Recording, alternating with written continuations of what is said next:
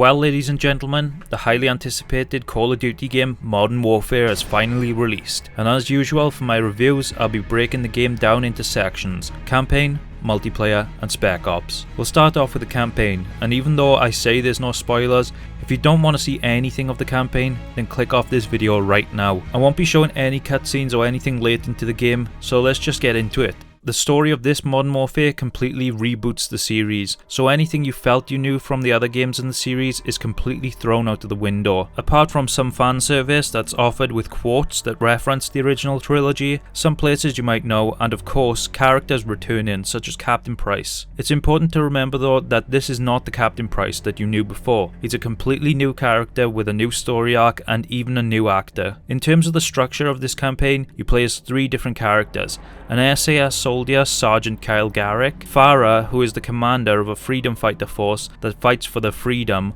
obviously, of their country, Uzbekistan; and finally, an American CIA operative named Alex. As per for the series, they all eventually come together to fight for a common goal. I feel like I don't want to compare this game to the original trilogy, as it is a new take, a fresh story, and it doesn't really follow what the original story was showing us. However, I will say that this game feels less like an action movie and more like your Black Hawk Down if I had to compare it to one movie. The presentation is beautiful. It's easily the best looking Call of Duty to date, which you'd expect, but I don't feel like COD games have set a bar when it comes to graphics for a while now. Not like Call of Duty 4 did back in the day. I'm not saying this is the best looking game I've ever seen, but it's certainly one of them. Even the in-game UI and the way that the cutscenes and locations are introduced just looks super clean, and it looks like it has a high level of polish and attention to detail. And detail is exactly what they're going for this year. Character models and gun models look amazing, and although your occasional enemy grunts will look undetailed, I think it's a good trade-off for how good they've made the rest of the game look.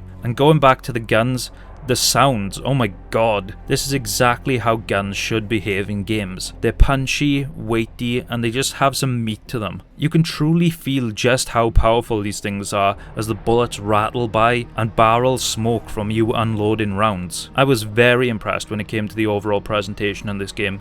Visuals, sound, UI, cutscenes, all of these things are at an extremely high level. As for the story itself, I feel like they went for a more striking and realistic approach when it comes to how they tell it. The game continuously tests your morality. You have to make some very tough decisions that make you wonder who really are the bad guys here, as all sides do some pretty twisted things. But I think they wanted you to test your own morality instead of the game telling you what is right and what's wrong. I feel like the AI has been significantly improved this year, with the enemies knowing when to push you because you're critically damaged, or just staying in cover until you need to reload. Injury and death animations seem more lifelike too, with enemies clutching onto their wounded limbs, and I even heard one enemy choking on his own blood as he was shot in the throat. It really does add to the immersion and show you the lethality of all of the weapons you're using. That's not to say that everything is sunshine and roses though. I said I don't like to compare it to the original Modern Warfare, but I feel like I have to when it comes to the story. I feel like this game tells a deeper story, but I don't really think it's more fun to play than COD 4. Don't get me wrong, I'll still have to play it some more, as I have finished COD 4 multiple times now, but I feel like this Modern Warfare doesn't really have as many memorable missions. It relies a little more on memorable moments than anything, so I would say that COD 4 beats it in terms of how much fun you're having when playing the missions. But the new Modern Warfare tries to tell a more engaging, deeper, and definitely more dark story. It's more about the horrors of war and what certain countries have to deal with.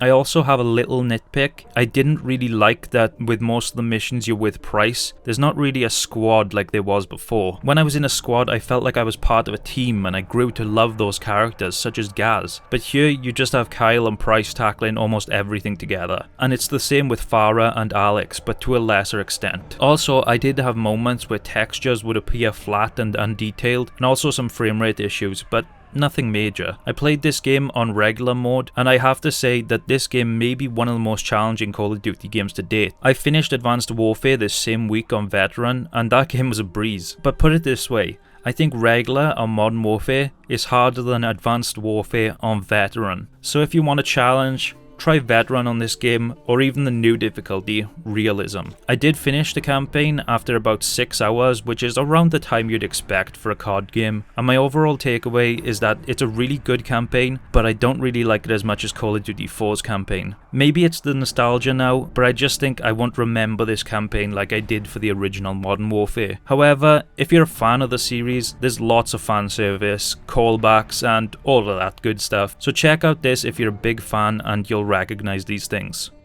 Moving on to the multiplayer, I'll be reviewing it in its current state at launch, so I won't be talking about microtransactions or how the battle pass pans out. Just know that my opinions for this are subject to change in the future. The creator class here is excellent. Nothing here is really unbalanced, at least from what I can tell right now. The gunsmith is a joy to use and mess around with. You really do feel like you can make your own unique weapon, and the kill streaks are just as crazy and over the top as ever. You get your standard game modes which have become staples in Call of Duty now, such as Team Deathmatch, Domination, Search and Destroy, Free-for-all, and Headquarters. You also have Ground War, which is more like a big scale battlefield kind of game. There's big maps, lots of points for your team to try and capture, and even vehicles for you to use to your advantage. Along with this, you have Cyber Attack, which is similar to Search and Destroy, but you can revive fallen teammates. I don't really see much difference from this mode to Search and Destroy, but I'm not mad that it's there. It's a pretty fun game mode, and I enjoyed my time playing it. There's also Gunfight, which is a 2v2 mode, and the weapons are randomized for each round. The maps are small and it can get quite intense since you only have 1 life per round. This was a mode that was featured in the alpha, and it's definitely one of my personal favourites. I just love how frantic it can get, and it's kind of like a game of cat and mouse. Finally, there's Realism mode, which hides all the HUD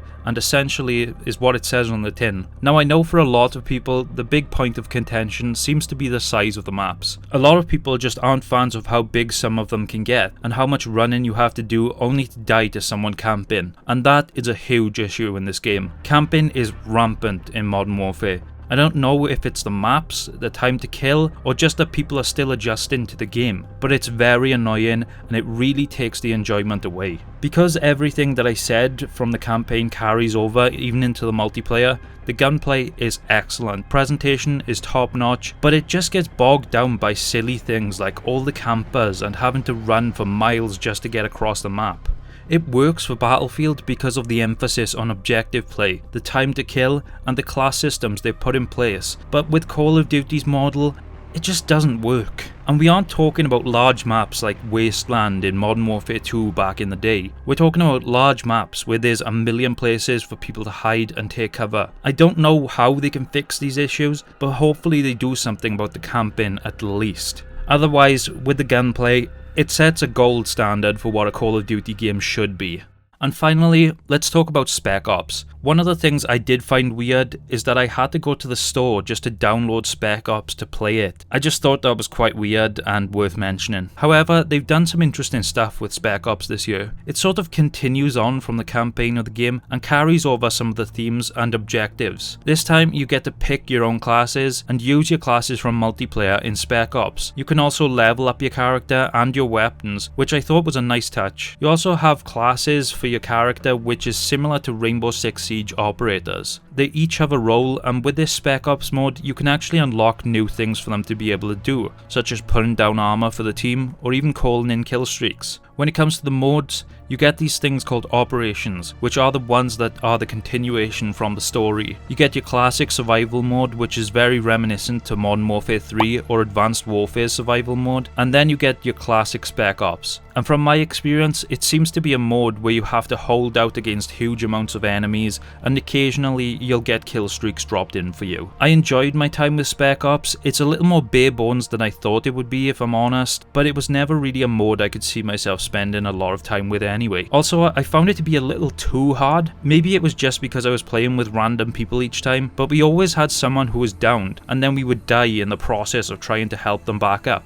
So maybe it needs a little tweaking to the difficulty, or maybe you just need a well-coordinated team, but something tells me this mode wouldn't exactly be forgiving to the casual players. Also, I had weird moments where enemies would just pop in or vehicles would disappear. They aren't huge issues, but they are distracting. So in conclusion, what do I think of Call of Duty Modern Warfare? Honestly, I really like it. It's got its problems, but it's built a very solid foundation for the series going forward. Gunplay is excellent, the creator class is superb, and the story is very open to expand upon in exciting ways in the future. And whilst I don't think it tops the original Modern Warfare, I'm still very excited to see where it can go in the future. Sure, this game has its problems, but I commend them for trying something different this time. You can tell a lot of passion went into this game, and it really does reflect into the final product. Let's just hope they solve that damn camping problem. So my final rating for Call of Duty Modern Warfare 2019 is a 9 out of 10. It's leaning a little more towards the 8, but I don't really do point something scores here. I really do enjoy this game, and I'm sad that I'll have to wait years for another installment.